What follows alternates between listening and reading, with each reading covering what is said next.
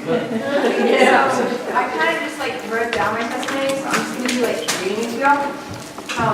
So my testimony isn't like most. Nothing tragic has happened to me at this point in my life that's caused me to have a major revelation. This is because I don't know when or where my eyes opened to see who the Lord really is. I've been raised in a Christian environment my whole life, attended church, I have Christian parents, I go to a Christian school, and etc. So being surrounded by these things, I guess, always made me assume that I already was a Christian.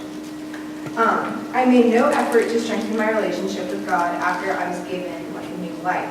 I sort of strayed away from God, not to bad things or anything, but to not focusing on Him, focusing my attention on other things. But then all this changed really in 7th grade and kind of in 6th grade too. I started not to want Him, but I needed Him in my life. And middle school is not an easy time to go through without the Lord, and I think I realized that in 6th grade and active the next year. My first step was finding a youth group that I love. My first one was at the church that we were going to at the time, and I didn't like it. I felt left out and like I didn't fit in, so I stopped going. I hindered my relationship with God because of how I was treated.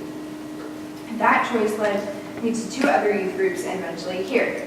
Being here has led me to new friends and new ways of developing my relationship with God. Journaling, talking to God and others about my struggles, reading a devotional, listening to worship music, spending more time outside to marvel at this world He created, keeping close Christian friends who are strong in their faith, and taking better care of my physical self, my mental or spiritual self, are all little actions that have contributed towards this. Of course, I still struggle with the question of why. Why did you do this, God? Why did I have to go through that? But I have to trust, which is my word for the year, that He knows what He's doing. When I chose to give my life to Christ and admitted and begged for forgiveness of my disobedience to God, I put Him in charge of my everything. Now I simply must have to trust Him through my journey. So that's my testimony, but something really cool kind of happened. I guess God really wanted me to share my testimony because of what has happened the past few weeks. I was asked to share my testimony that I've already felt has no importance here. I've been nervous to share my testimony, my almost boring testimony, but God wanted me to. On Friday, 2 weeks ago, 2 days after I was asked to share, I got an email from Sadie Robertson titled, "Your Testimony Matters. Share what God has done in your life." I immediately texted one of my friends a screenshot of the email, and she said, "Whoa, God really must want you to share your testimony." I agreed. After that, I read the article, and it was this interview with a girl named Grace Tucker, who talked about how no testimony means any less than another person's.